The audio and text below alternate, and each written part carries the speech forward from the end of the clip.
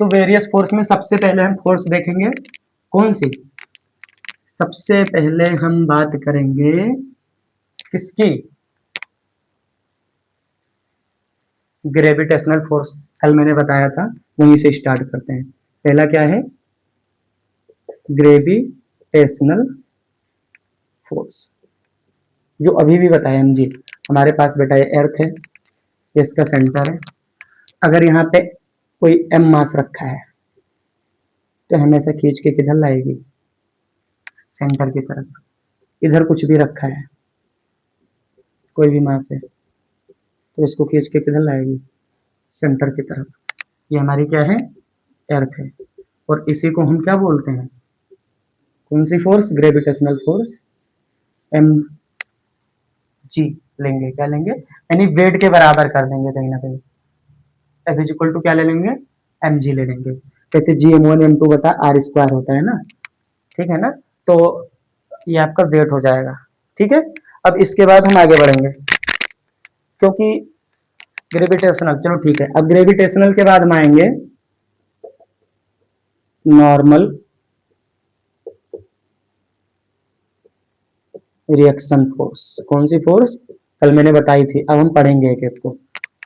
ये वाले पे आज हम सम्स भी करेंगे और ये पढ़ के या इसी नॉर्मल रिएक्शन पे चैप्टर खत्म करेंगे। अगला वीडियो बनाएंगे, उसमें हम टेंशन लाएंगे, जो स्ट्रिंग में टेंशन होती है, टेंशन फोर्स, वो हम अच्छे से डिस्क्राइब में पूरा पढ़ेंगे।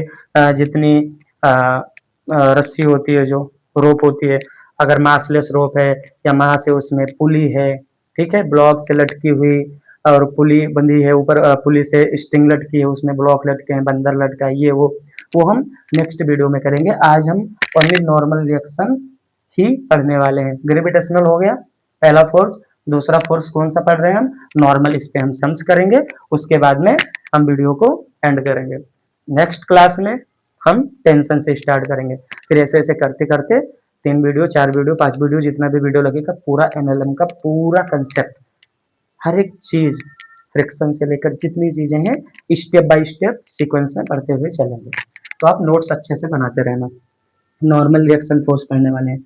सबसे पहले no formula to find it, ये लिखो, no formula to find it. इसको फाइंड करने का कोई बेटा फॉर्मूला नहीं होता है, ठीक है। हमेशा हम कैसे नॉर्मल रिएक्शन को फाइंड करेंगे, सी ऑन द टचिंग सरफेस, हमेशा टच करने वाले सरफेस को देखो, और जहां भी टच करने वाला सरफेस दिख जाए वहां पे जान जाओ क्या है, समझ जाओ क्या है, नॉर्मल रिएक्शन फोर्स लग रही है, ठीक है। जैसे मैं एक एग्जांपल, अच्छा तीसरी चीज इंपॉर्टेंट, ये सब बेटा इंपॉर्टेंट पॉइंट्स हैं, इनको नोट कर लो। तीसरी बात सबसे इंपॉर्टेंट है, only notice those forces which is act on the, ये इंपॉर्टेंट पॉइंट है बेटा, स्टार बना लो इस पे। Only notice those forces which act on the object only, not by the object,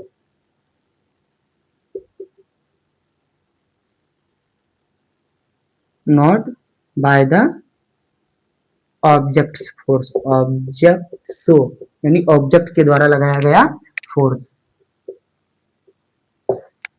only notice those forces which act on the object only, not by the object. मतलब क्या हुआ समझो, जैसे हमारे पास ये है चुंगू मुंगू, इनका नाम दे दिया मैंने ए, इनका नाम मैंने दे दिया बी, ये दूसरे भाई साहब हैं, ठीक है। इनको मैंने क्या बोला, बी बोला, इनको ए बोला। अब देखो इन बेचारे पे फोर्स लग रही है 10, ऐसे समझो 10 न्यूटन, क्या 10 न्यूटन का फोर्स लग रहा है।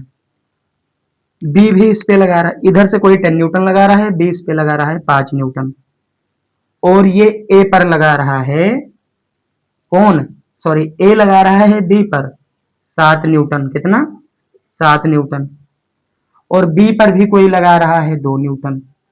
अब हम पूछें बताओ, क्या बताओ कि ए पे कितनी फोर्स लग रही है। तो ए पर जो लग रही है हमें वो देखना है, ना कि ए किसको कितना लगा रहा है ये देखना है, नहीं, ए पर खाली ए को देखो और किधर से आ रहा है फोर्स, किधर से आ रहा है वो देखना है, जा रहा है वो नहीं देखना है। देखो जैसे ए है, ए पे 10 न्यूटन आ रहा है सर, 5 न्यूटन आ रहा है, 7 न्यूटन, एरो इधर बना है, जा रहा है, जा रहा है वाला नहीं देखना। तो 10 और 5 15, ए पर कितना 15 न्यूटन। बी पे देखो, बी वाला लगा रहा है 5, नहीं लेना है। बी पर लगा रहा है 7 न्यूटन को, कौन ए, बी पर आ रहा है, तो बी पर अगर आ रहा है तो 7 लेना है, 2 आ रहा है तो 2 लेना है, तो 7 और 2 9, यानी 9 न्यूटन का फोर्स किस पे लग रहा है, बी पे लग रहा है। बात क्लियर है, नोट कर लो, बस यही है आपका नॉर्मल रिएक्शन फोर्स। जल्दी से नोट करो। अब इस पे हम करते हैं 2-4 सवाल।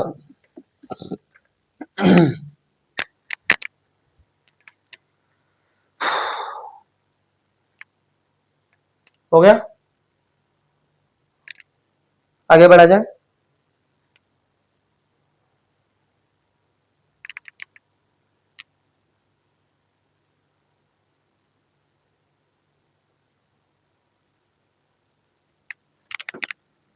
ठीक,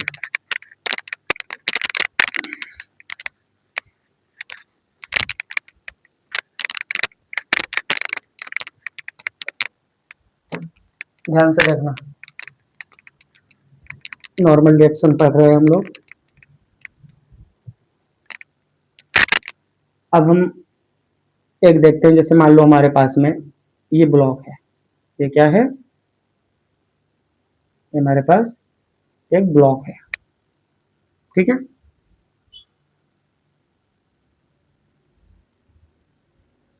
अब यहाँ पे बताओ नॉर्मल रिएक्शन कहाँ कहाँ होगी। एक पॉइंट और फोर्थ लिख लो, फोर्थ पॉइंट में लिख रहा हूं, बस लास्ट है। नॉर्मल रिएक्शन एक्ट, रिएक्शन बेटा आर एक्शन, रिएक्शन समझना, normal reaction act only perpendicular direction, perpendicular मतलब मैथ्स वाले 90 डिग्री,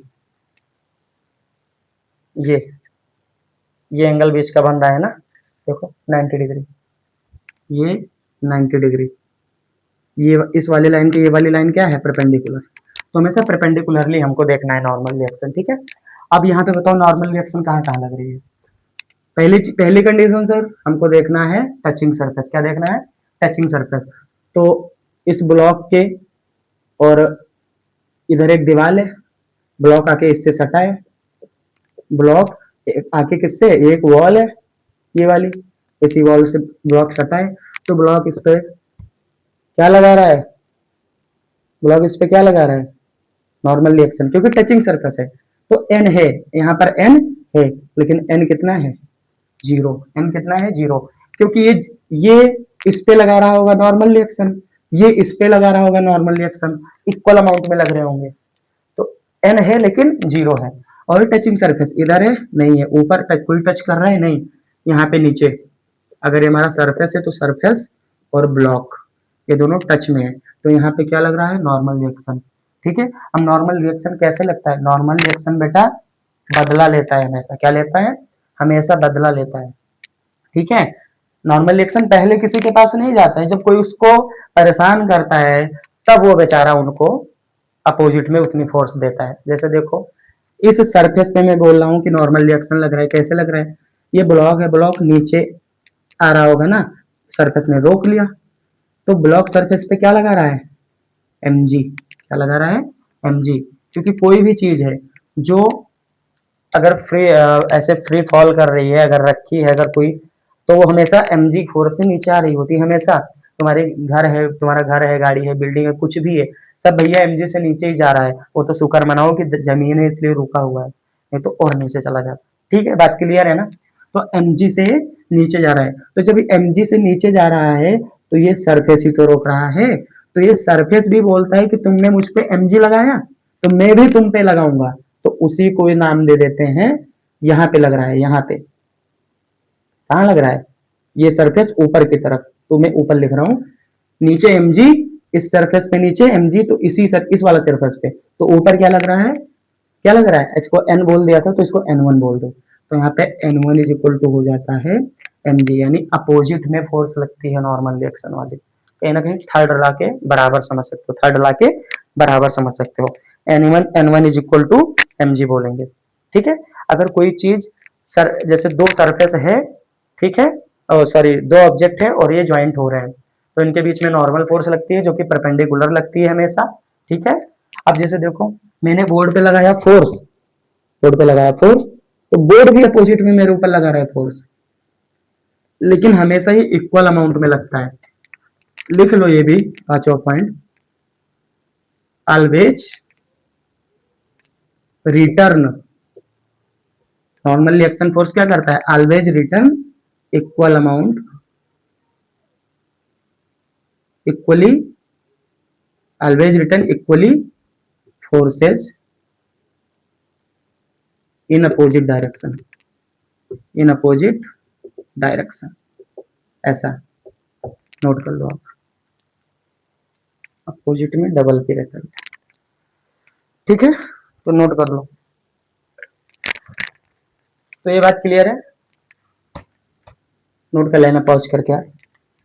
अब हम देखने वाले हैं FBD, क्या देखने वाले हैं, FBD, FBD कैसे बनाएंगे। ठीक है, तो FBD बेटा हम उसका बनाते हैं कि हमें जिसका FBD बनाना है, जिसका हमको FBD बनाना है, हम सिर्फ उस पर लगने वाले ही फोर्सेस को देखेंगे, हम सिर्फ उस पर ही लगने वाले फोर्सेस को देखेंगे, बाकी फोर्सेस को नहीं देखना है। जैसे एक एग्जांपल करते हैं तो उसमें FBD भी बना लेंगे और बातें भी क्लियर हो जाएंगी, जैसे और नॉर्मल रिएक्शन भी निकालेंगे, क्योंकि अभी हम नॉर्मल रिएक्शन ही पढ़ रहे हैं। जैसे मान लो हमारे पास एक, इधर से करता हूँ, ये हमारा सरफेस है, ठीक है,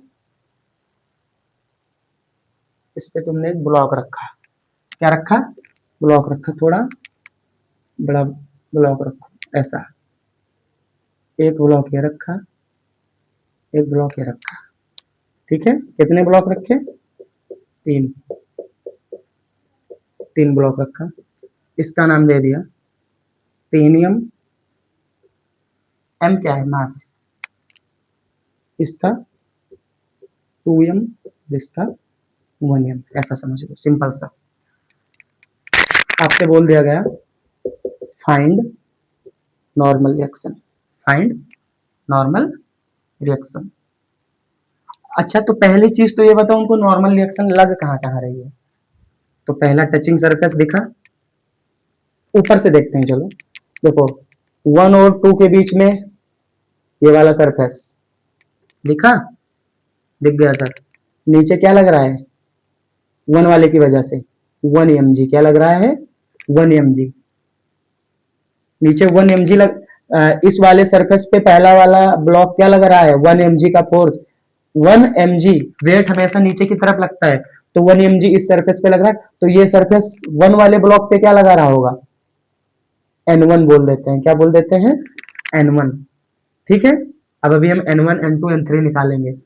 अब इस वाले सरफेस पे आओ, इस वाले सरफेस पे, इस वाले सरफेस पे पहला ब्लॉक और दूसरा ब्लॉक मिलके इस वाले सरफेस पे कितना mg लगा रहे होंगे, 2 + 1 3 mg, यानी नीचे की तरफ लग रहा है 3 mg, 3 mg, तो नीचे की तरफ इस वाले सरफेस पे 3 mg, तो ये ऊपर की तरफ लगा रहा है N2, क्या लगा रहा है, N2। आप लोग थोड़ा देख लीजिएगा बेटा एडजस्ट करके, N2 एडजस्ट क्या करना है, समझ में आ रहा है, नहीं समझ में आएगा दोबारा देखना, रिपीट करके बैक करके। अभी तीसरा सरफेस देखो, ये वाला सरफेस देखा, अब यहाँ पे देखो ये वाला सरफेस 1 2 और 3 इन तीनों ब्लॉक की वजह से नीचे, भैया ये सबसे, वही तो जो सबसे नीचे रहता है वो सबसे ज्यादा भार झेलता है और ऊपर वाले उसे रौंद के चले जाते हैं। समझ में आई ना बात? तो थोड़ा ऊपर ही रहने की कोशिश करना है लाइफ में, नीचे नहीं जाना है। कभी भी टाइम मिले तो हमेशा ऊपर आगे आगे बढ़ने की सोचो, नीचे और पीछे रहने की कभी कभी भी मौका मिले लाइफ में आगे बढ़ते रहो। देखो बहुत लोग ये वाली ज्ञान देते रहते हैं। देखो 1 2 3, 3 2 5 और 1 6, तो कितना इस सरफेस पे 6 mg बेटा नीचे की तरफ, तो ऊपर ये लगा रहा होगा तीसरा सरफेस है तो m3, जितने सरफेस उतने m। चलो बताओ जल्दी से n1 कितना होगा? n1 क्यों लग रहा है? क्योंकि mg नीचे लग रहा है भैया। n1 कितना आ जाएगा? mg। सर पहली बात क्लियर है? क्लियर है ना? हाँ सर क्लियर है। दूसरा चीज, अच्छा ऐसे नहीं समझो, तुमको एफबीडी भी बताना है हमको ना, फ्री बॉडी डायग्राम बोलते हैं क्या? एफबीडी। एफबीडी हम बनाते क्यों है? फ्री, देख लो, फ्री बॉडी डायग्राम। एफबीडी हम बनाते क्यों है? एफबीडी इसलिए बनाते हैं क्योंकि जैसे स्ट्रक्चर में थोड़ा कंफ्यूजन आ जाए तो एफबीडी में हर एक पॉइंट अलग अलग क्लियर होती है। तो पहले हम देखेंगे block one. Block one, 1m वाला ब्लॉक देखो ऐसा है, और हमेशा एफबीडी को denote by point, denote by point, point से एफबीडी को डिनोट करेंगे। और सुनो, पॉइंट से डिनोट करेंगे फ्री बॉडी डायग्राम को। फोर्सेस, वही वाली बात, फोर्सेस ओनली सीइंग, कौन सी फोर्सेस देखना है? Act on particularly, particular, act particularly, act particularly on it, particularly केवल इसी पे जो एक्ट हो रही है फोर्सेस वही देखना है, ये जिस पे लगा रहा है वो नहीं देखना है। जैसे ये हमारा ब्लॉक वन था, 1 mg वाला, 1m वाला ब्लॉक था, तो नीचे की तरफ इस ब्लॉक पे क्या लग रहा है? mg। नीचे की तरफ क्या लग रहा है? mg लग रहा है सर, mg लग रहा है। ऊपर की तरफ क्या लग रहा है? ऊपर की तरफ क्या लग रहा है? ऊपर की तरफ सर n1 लग रहा है, तो n1 is equal to mg। ये पहली बात क्लियर है। दूसरे ब्लॉक की हम बात करें 2m वाले की, तो क्या होगा सर? दूसरा ब्लॉक बनाया, बनाया सर, नीचे सर 2 और 1 3, 2m और 1m मिलके दूसरे ब्लॉक वाले सरफेस पे लगा रहे हैं। कितना लगा रहे हैं सर? सर इस पे लग रहा है 2 और 1 3mg। कितना लग रहा है दूसरे सरफेस पे? 3mg। तो ऊपर कितना लगेगा? ऊपर सर लग रहा था यहाँ पे n2, क्या लग रहा था? n2, तो n2 is equal to 3mg। तीसरा, तीसरे में, तीसरे में सर ऊपर लग रहा है, नीचे लग रहा है 3 2 1 यानी 6mg। तो ऊपर कितना लगेगा? ऊपर लगेगा आपका n3। n3 ऊपर लग रहा है, n3 कैसा लग रहा है? ऊपर लग रहा है, और mg नीचे लग रहा है। बात क्लियर है ना? बात क्लियर है ना? तीसरे सरफेस की बात चल रही है, तो यहाँ पे कितना हो जाएगा? n3 is equal to 6mg। चलो नोट कर लो जल्दी, n1 n2 n3 भी निकल गया।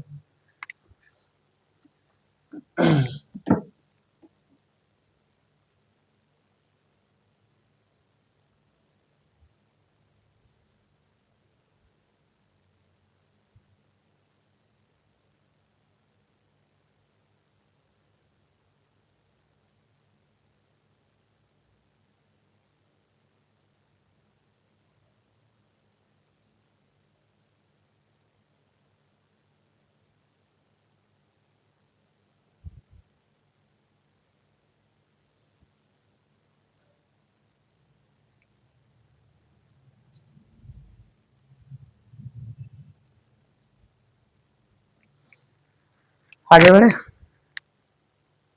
चलो।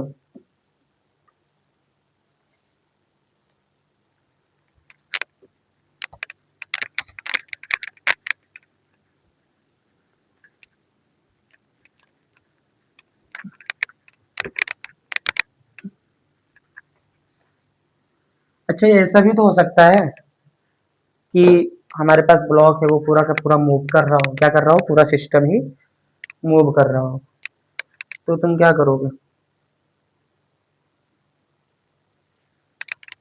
चले,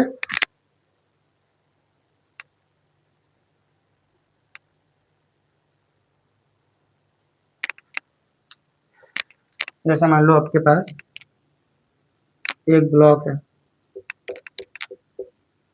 ये दूसरा ब्लॉक है, ये 3m मास है, इसका कितना 3m, इसका मास है बेटा 2m। ठीक है, ये पूरा सिस्टम आपका फोर्स लगा दिया गया इधर से, क्या लगा दिया गया फोर्स, और ये ऊपर की तरफ मूव करने लगा, क्या करने लगा मूव करने लगा। बात क्लियर है, क्या करने लगा मूव करने लगा। और यहाँ पे आपको क्या निकालनी है फोर्स निकालनी है, क्या निकालनी है फोर्स निकालनी है। तो कैसे निकालोगे, तो एक काम करें हम दोनों का अलग अलग, पहले तो एक साथ निकालो इनका फोर्स क्या होगा, फोर्स लग रहा है F net is equal to 0 होना चाहिए, तो ऊपर क्या लग रहा है एफ,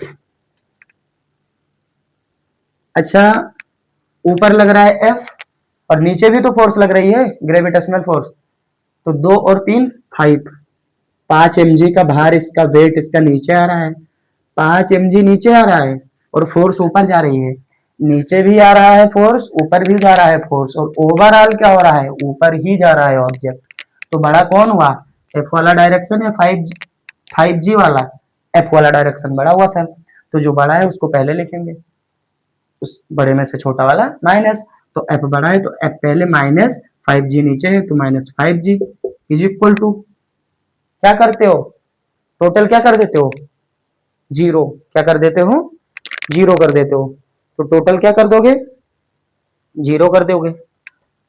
अच्छा एक चीज बताओ, एफ नेट 0 हम करेंगे कब, एफ नेट 0 कब करेंगे, जब ये इक्विलिब्रियम में होगा। तो हम एक चीज इसको ये भी मान के चलते हैं, ये कैसा है इक्विलिब्रियम में है, यानी एक्सेलरेशन यहाँ पर नहीं है, तो एफ की वैल्यू कितनी आएगी 5G आएगी। ठीक है, अगर ये बोल दे, क्या बोल दे कि ये एक्सिलरेशन है, इसमें क्या है एक्सिलरेशन है, इक्विलिब्रियम में नहीं है, मूव मैंने बताया था मूव कर रहा है तो एक्सिलरेशन में भी हो सकता है, और मूव कर रहा है तो एक्सिलरेशन में नहीं भी हो सकता है। ठीक है ना, रेस्ट तो हमेशा भैया रेस्ट कैसा होता है हमेशा इक्विलिब्रियम में होता है, और मोशन वाला इक्विलिब्रियम में हो भी सकता है नहीं भी हो सकता है। तो अगर मैं ये केस मान के चलता कि इक्विलिब्रियम है तो ये वाला लगाता, ये किसके लिए है फॉर इक्विलिब्रियम, क्योंकि एफ नेट मैंने क्या किया है 0, तो इक्विलिब्रियम कर दिया।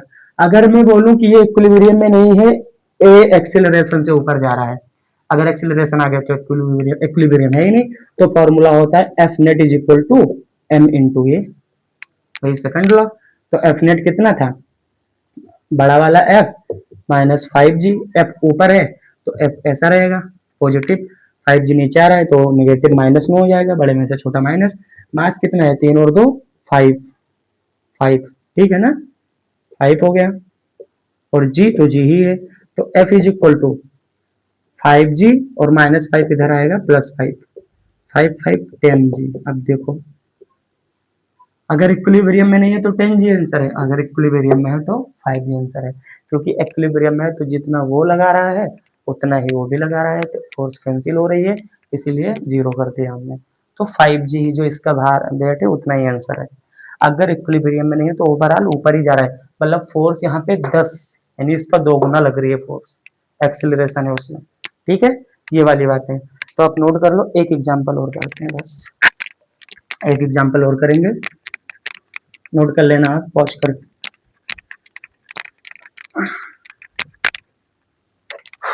बेटा वो तो मिटा ही दिया, क्या पढ़ रहे हैं हम लोग एनएलएम पढ़ रहे हैं, क्या पढ़ रहे हैं एनएलएम, ये लिख के रखना, ये पता होना चाहिए हम पढ़ क्या रहे हैं। आज पहला फोर्स पढ़ रहे हैं, नॉर्मल रिएक्शन वही देख रहे हैं, अभी आगे जो बातें आएंगी वो नेक्स्ट वीडियो में देख, आज बस नॉर्मल रिएक्शन देखेंगे। एक एग्जांपल और हम देखते हैं, मान लो हमारे पास में, अच्छा सवाल है बेटा ध्यान से देखना,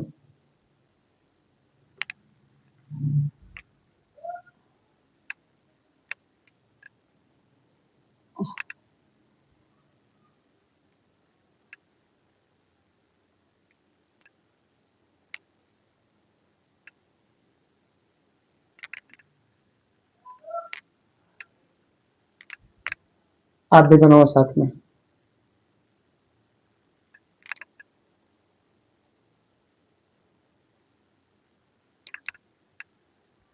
अब सस्ते सवालों के जमाने चले गए बेटा, इतना तो करना ही पड़ेगा। अगर इतना नहीं करोगे तो काम नहीं चलने वाला है। ठीक है, ऐसा कुछ हमारा सवाल है। ये हमारे मास है, आपसे बोल दिया गया बोथ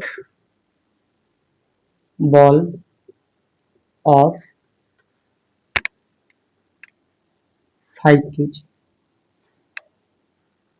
2 kg, बोल दिया गया कि 2 kg के हैं। बोथ बॉल कैसे हैं? 2 kg के हैं। ये वाला भी 2 kg का है, ये वाला भी हमारा 2 kg का है। ठीक है, दोनों कैसे हैं? 2-2 kg के हैं। टोटल डिस्टेंस यहां से यहां तक 18 सेंटीमीटर है। कितना है? 18 सेंटीमीटर की है। ऐसी कुछ कहानी है। तो आपसे बोला गया फाइंड द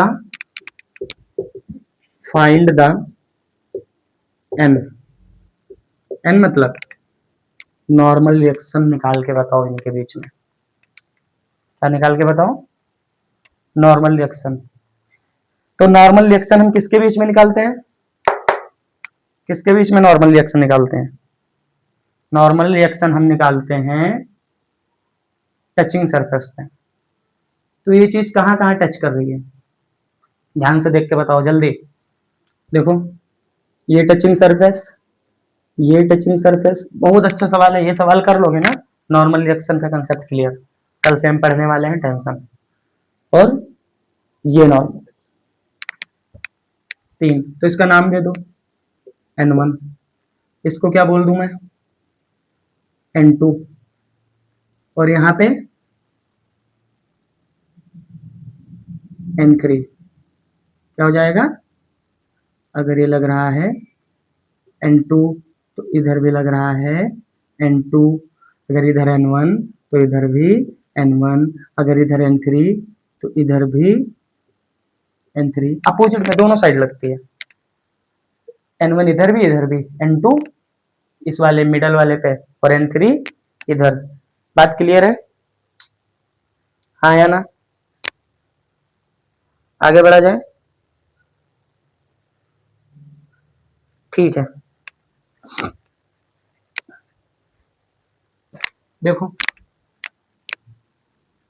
अब हम एक काम करते हैं। अच्छा बेटा, ये टोटल 18 है, इसका रेडियस दे रखा था उन्होंने, both ball of 2 kg and radius. ये क्वेश्चन है, रेडियस आपसे बोला गया है 5 सेंटीमीटर बोथ। ठीक है, तो फाइंड एन, ये आपका सवाल है। इधर देखो। अच्छा एक चीज बताओ, इस वाले बॉल पे कौन कौन सी फोर्सेस लग रही हैं? इस वाले बॉल पे इधर से क्या लग रहा है? N1। अभी मैंने N1 लिखा था ना, तो मैं बाहर लिखता हूं। इस वाले सरफेस पे ये वाली बॉल है, और इधर इस साइड से क्या लग रहा है? सर इधर से N3 लग रहा है, अभी आपने बोला था। इधर से क्या लग रहा है? इधर से N3, इधर से N1, और बीच में N2। बीच में क्या लग रहा है? N2। और ये सेंटर हो जाएगा, इसका स्फेयर है, बॉल है बेटा तो स्फेयर ही होगी, तो इसका क्या हो जाएगा? सेंटर हो जाएगा। तो इधर क्या लग रहा है? इधर क्या लग रहा है? N2। परपेंडिकुलर, याद रखो। कैसी लगती है नॉर्मल रिएक्शन? परपेंडिकुलरली लगती है। तो इधर क्या लग रहा है? परपेंडिकुलर। ये इधर से भी ये परपेंडिकुलर है, ठीक है ना? और ये बीच का पार्ट, ये बेस है। तो ये कौन सी फोर्सेज है? N2 लग रही है। अब ध्यान से देखो, अगर मैं ऐसे एक इमेजिन करूं लाइन, इधर से एक इमेजिन करूं लाइन, तो देखो राइट एंगल ट्रेंगल बनना है। क्या बनना है? राइट एंगल ट्रेंगल बनना है। अगर मैं बोल दूं कि बेटा ये वाला थीटा है, ये तो 90 डिग्री है, चलो बना लेता हूं मैं राइट एंगल ट्रेंगल। आप थोड़ा बैक करके देख लो, सवाल क्या था, मैं इसमें थोड़ा मॉडिफाई कर रहा हूँ। ठीक है, टाइम का मैं इसलिए मैं अलग से डायग्राम नहीं बना रहा हूँ, इसी में कर रहा हूँ, आप देख लेना क्योंकि वीडियो लंबी हो जाएगी। ये थीटा है, बस क्या किया मैंने, ज्वाइंट से रेडियस, ये क्या था रेडियस, और इसी पे फोर्स लग रही है N2 परपेंडिकुलर, और इधर भी N2 लग रही है परपेंडिकुलर, इधर भी और इधर भी। ठीक है, दोनों साइड N2 लग रही है। तो अगर मैं बोलूं इसको थीटा, अगर मैं इसको थीटा बोलता हूं और ये 90 है, तो ये एंगल कितना होगा, ये कितना होगा, ये हो जाएगा sir 90 minus theta, 90 minus theta. क्यों सर, क्योंकि ट्रेंगल में सर अगर आपने, ये 90 है, क्लियर है, तो अगर आपने इसको थीटा बोला तो ये वाला एंगल सर हमारा हो जाएगा 90 माइनस थीटा। 90 माइनस थीटा क्यों हो जाएगा, क्योंकि 90 plus theta plus 90 minus theta, triangle sum of all interior angle of triangle is equal to 180 degree होता है। तो 90 प्लस थीटा और प्लस 90 माइनस, प्लस 90 और plus minus minus theta, sir plus theta minus theta cancel, 90 90 180 आ गया sir. बात clear है ना, इसलिए ये थीटा तो ये 90 माइनस थीटा।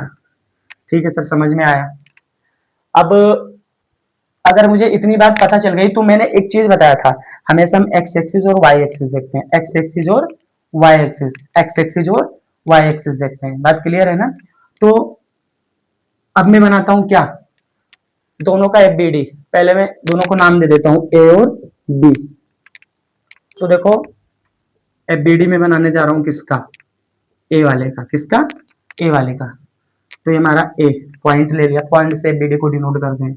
इस पे कौन कौन सी फोर्सेस लग रही हैं सर, हॉरिजॉन्टली लग रहा है N1, क्या लग रहा है N1।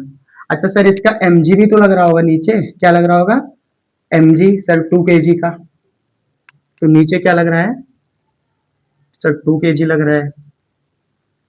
ठीक है, और सर अब देखो क्या कर, अब और क्या, अब एक ही चीज बच रहा है, N1 वाला काम हो गया, N3 तो इसके लिए यूज ही नहीं होगा, इसके लिए N2 दोनों के लिए। तो अभी क्या हो जाएगा, ये थीटा है, ओ सॉरी ये 90 है, ये थीटा है, तो ये हो जाएगा 90 माइनस थीटा, कितना हो जाएगा 90 माइनस थीटा। अब एक चीज बताओ, ये थीटा ये 90, तो ये 90 माइनस थीटा। अब हमको इस सेंटर यहाँ पे देखना है ना, ज्वाइंट पे, ज्वाइंट पे देखना है। तो अगर हम ज्वाइंट पे इसी की तरह यहाँ पे एक इसको मान लेते हैं ओरिजिन पॉइंट, क्या मान लेते हैं ओरिजिन, तो एक ये और एक ये, दो एक्सिस बनेगी। ठीक है, अब देखो इसको मैं ज्वाइंट कर देता हूँ नीचे, तो ये देखो ये और ये लाइन पैरेलल है, ये वाली और ये वाली, ये 90 तो ये भी कितना 90। अब सर ये छोटा सा ट्रेंगल बन गया अंदर, ये 90 तो ये थीटा, तो ये 90 माइनस थीटा होगा सर, और ये 90 माइनस थीटा, तो ये एक लाइन है। अब ये वाला एंगल सर और ये वाला एंगल मिलके दोबारा 90 हो जाएंगे, 90 थीटा तो ये 90 माइनस थीटा। अच्छा सर ये 90 माइनस थीटा तो ये फिर से थीटा, ये कितना हो जाएगा थीटा, कितना हो जाएगा थीटा। अब सेम ऊपर देखो, सेम ऊपर देखो, ये थीटा है तुम्हारा, कितना है थीटा है, तो अगर ये थीटा है तो सेम ये वाली लाइन जा रही है, तो ये भी कितना हो जाएगा थीटा, ऊपर वाला क्यों थीटा हो जाएगा, एक ऐसे थीटा देख सकते हो, या फिर सर ये यहाँ पे 90 है और ये छोटा सा ट्रेंगल है सर, ये एक ट्रेंगल है। अब सर आपने बोला कि ये वाला एंगल 90 माइनस थीटा है, ये वाला तो 90 दिख रहा है, तो ये थीटा होगा सर, कितना होगा थीटा।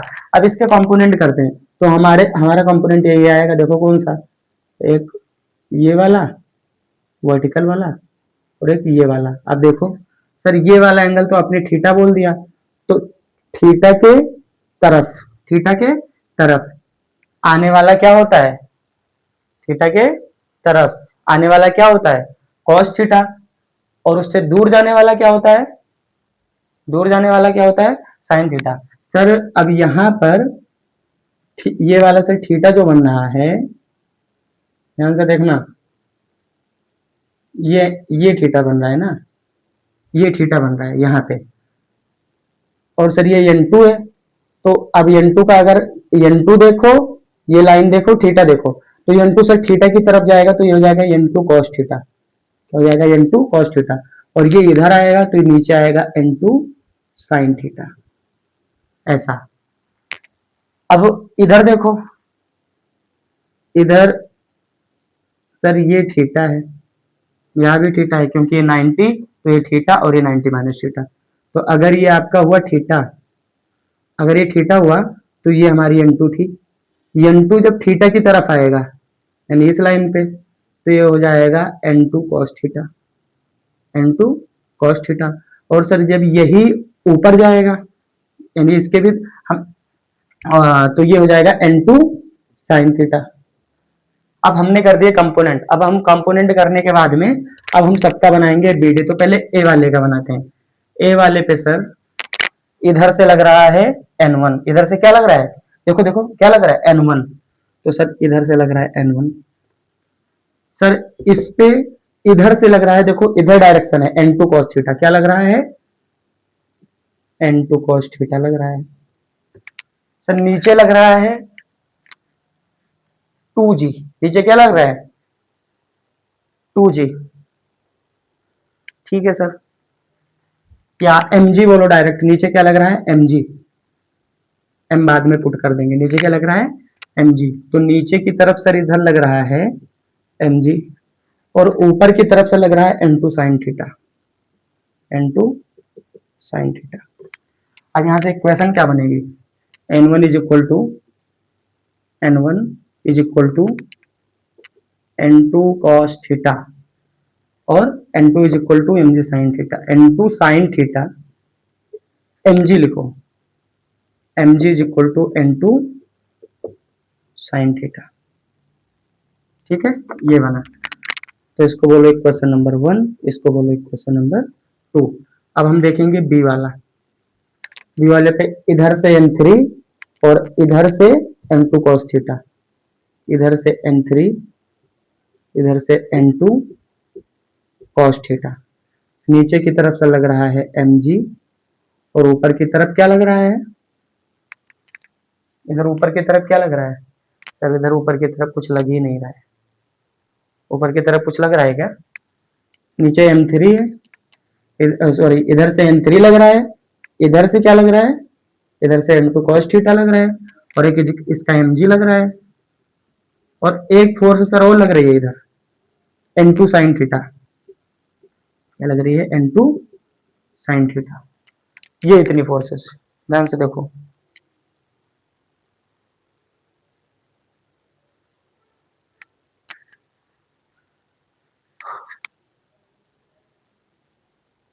बात क्लियर है।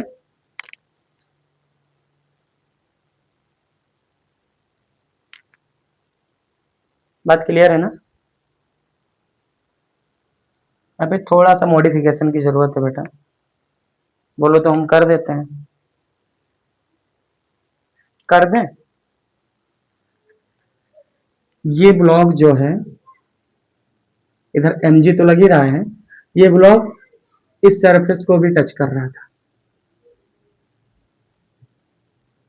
ये ब्लॉक इस वाले यहाँ तो नीचे mg इसकी वजह से तो लग ही रहा है ना, ये ब्लॉक ऊपर भी जा रहा है, और ऊपर लग रहा है n1 इसे बोला, 2 इसे बोला, 3 इसे बोला, तो इसे बोल दो n4। इस ब्लॉक पे एक ऊपर की तरफ n4 भी लग रहा है। सॉरी मैंने पहले डायग्राम देखा नहीं था, अभी मुझे कंफ्यूजन हुई तब याद आया, कोई बात नहीं, आपको अच्छी चीजें मिलेंगी। तो n4 क्योंकि नीचे टच है। अब थोड़ा सिस्टम, क्योंकि अगर देखो वैसे भी सवाल गलत हो जाता ना, देखो अगर ऐसा रहता तो यहाँ पे नीचे ये रुकना तो चाहिए ना किसी चीज के ऊपर, क्योंकि इस सरफेस पे ये रुका होगा और ये इसके ऊपर ये रुका होगा, इस सरफेस की वजह से ये नीचे है, आराम से बैठा है, और इस सरफेस और इसकी सरफेस के बीच में ये आ गया, क्योंकि ये रुक ही नहीं पाएगा ना, ये रोल करके नीचे आएगा, आखिर में तो एक को तो चाहिए ही सरफेस, तो इसको सरफेस चाहिए, ठीक है ना। तो ऊपर n4, अब यहाँ क्या बनेगा, n4 is equal to n2 sin theta plus mg और n2 cos theta is equal to n3। ये क्या है? n3 है, ये इसका बनेगा। तो ये आप बना लो थर्ड इक्वेशन और फोर्थ। अब इसको सॉल्व कर लेना है। क्या करना है? सॉल्व कर लेना है। तो क्या हो जाएगा? देखो, इक्वेशन 2 डिवाइड बाई इक्वेशन 1, 2 को 1 से डिवाइड करो तो क्या हो जाएगा? साइन अपॉन कॉस 10, n2 से n2 cancel, mg upon tan theta कितना आएगा? टेन थीटा हो जाएगा 2 माइन डिवाइड कर रहे हो mg upon n1, mg upon n1। अब यहाँ पे mg की वैल्यू कितना है इसके लिए? m 2 kg का है। कितना? 2 kg का। तो 2g लिखोगे, तो 2g और 2g लिखोगे। और n1 की वैल्यू, सर n1 ही तो हमको निकालना है, और टेन थीटा, टेन थीटा। तो थीटा भी अभी निकालना बाकी है। तो थीटा देखो, थीटा कैसे निकलेगा? थीटा निकालने के लिए हम क्या करेंगे? देखो, ये क्या है? यहाँ से यहाँ तक रेडियस, यहाँ से यहाँ तक रेडियस, तो पूरा राइट एंगल ट्रायंगल बनना है। तो रेडियस कितना हो जाएगा? रेडियस हमने बताया था 5 सेंटीमीटर। तो 5 और 5 10। ये पार्ट कितना है? ये हाइपोटेनियस, हाइपोटेनियस कितना है? 10 है सर। अब देखो यहाँ पे सर, यहाँ से लेकर और यहाँ से लेकर, सर ये पूरा पार्ट सेंटर है, ये सेंटर है, तो ये पूरा क्या हो जाएगा? रेडियस। रेडियस कितना है? 5। तो 5 इधर से निकाल दो, और इधर से भी, ये पूरा ट्रायंगल है यहाँ से लेकर यहाँ तक, तो ये पार्ट इतना आएगा सर। यहाँ से यहाँ तक भी रेडियस है, इस सेंटर से यहाँ तक रेडियस 5 इधर निकाल दो। तो ये बीच का पार्ट, यानी ये ट्रायंगल का बेस कितना है? 8, क्योंकि टोटल 18 था, तो 18 में से 5 और 5 10 निकाल दिया, तो बेस कितना बचा? 8। बेस कितना बचा? 8। तो सर ये कितना हो जाएगा? ये वाला पार्ट कितना हो जाएगा? परपेंडिकुलर। और परपेंडिकुलर का काम ही क्या है? हमको थीटा चाहिए ना। तो tan theta is equal to, tan theta is equal to क्या होता है? बेस हाँ, परपेंडिकुलर अपॉन बेस होता है, परपेंडिकुलर अपॉन बेस। तो परपेंडिकुलर मुझे चाहिए, तो 10 10 जा 100 माइनस 64, 36, यानी 6 आएगा। क्या आएगा? 6 आएगा। हाइपोटेनियस माइनस बेस करोगे तो 100 माइनस 64 कितना आएगा? 6। तो परपेंडिकुलर कितना हो जाएगा? P कितना हो जाएगा? 6। तो tan theta is equal to perpendicular upon base, यानी 6 अपॉन 8, 6 अपॉन 8, यानी 3/4। टेन थीटा कितना रखोगे? 3/4। तो 2g is equal to 3/4 upon n1, ऐसा हो जाएगा। g की वैल्यू 10 रख दो तो 20 हो जाएगा, 20। अब देखो, n1 is equal to cross multiply 24 जा 80 इज इक्वल टू 3n1। तो n1 की वैल्यू कितनी आई? n1 की वैल्यू आ गई 80 अपॉन 3। n1 आ गया। अब n1 आ गया, तो अब हमको चाहिए n2 n3 n4। तो n1 आ गया मेरे पास, तो m पता है, सॉरी n2 है, ये पूरा का पूरा n2 चल रहा है ना, ये n2 है। अब बेटा गर्मी हो रही है बहुत, n2 है। ये भी क्या है? n2, n1 तो उस केस में लगेगा ना।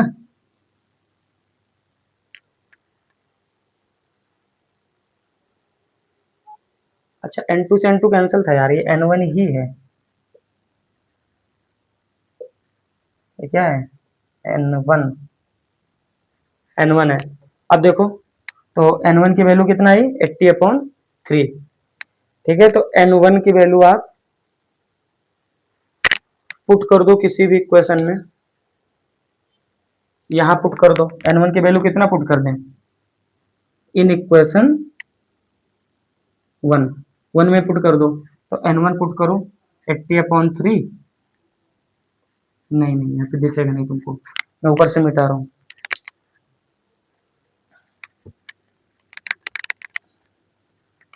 इक्वेशन 1 ये थी, n1 की value 80 upon 3। Put in equation 1 क्या? वैल्यू ऑफ N1, तो N1 is equal to N2 cos, N2 cos। अब टेन थीटा की वैल्यू कितना थी, टेन थीटा क्या था, perpendicular upon height. Cos theta क्या हो जाएगा, base upon height, base upon hypotenuse, यानी 8/10। कॉस थीटा कितना हो जाएगा, 8/10 हो जाएगा। 8 10 जा 80, तो 10/3 is equal to N2/10, cross multiply, 10 10 जा 100/3, क्या आ गया, N2 आ गया। क्या आ गया, N2। ये बेटा न्यूटन होता है। तो N1 आया 80/3, N2 कितना आया, N2 कितना आ जाएगा, यहाँ पे 10 था, यानी N2 आपका आ गया 100/3। अब हमको चाहिए था N3, क्या चाहिए था, N3 चाहिए। तो N3 किसके इक्वल है, N3 इक्वल है N2 cos थीटा के, N2 cos थीटा। तो N3 कितना हो जाएगा, N2 की वैल्यू 100/3 और cos थीटा की वैल्यू मैंने अभी निकाली है, कितना होती है, बेस अपॉन हाइपोटेनस 8/10, 10 10 जा 100, 10 8 जा 80, N3 की वैल्यू भी आ गई 80/3 न्यूटन। और N4 कितना है, N2 sin theta plus mg, N2 sin theta plus mg। मैं थोड़ा रेज कर रहा हूँ,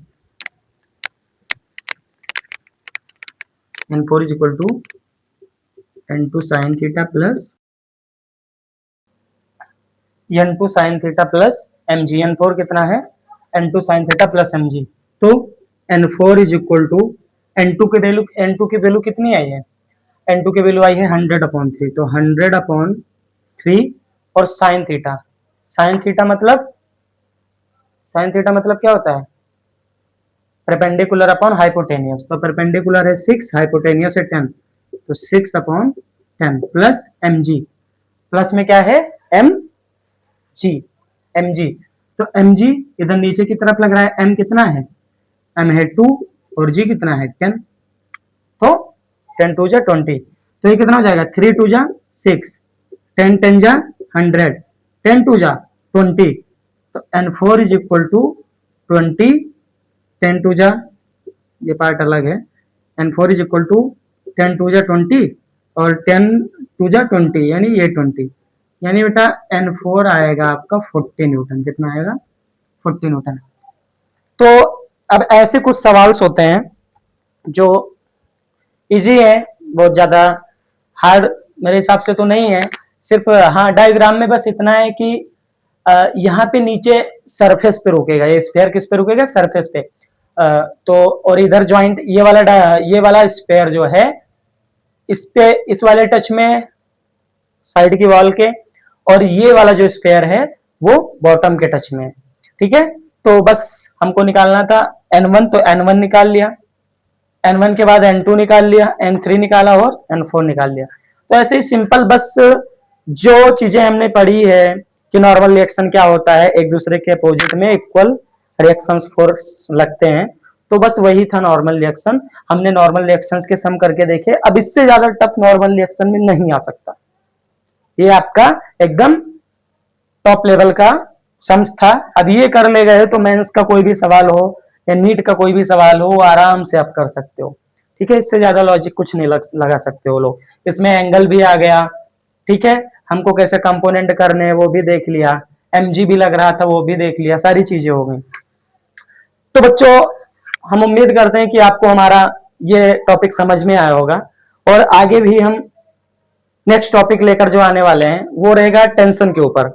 अब हमने नॉर्मल रिएक्शन पहला फोर्स इस चैप्टर में नॉर्मल रिएक्शन वो निकालना सीख लिया। अब हम टेंशन पढ़ेंगे।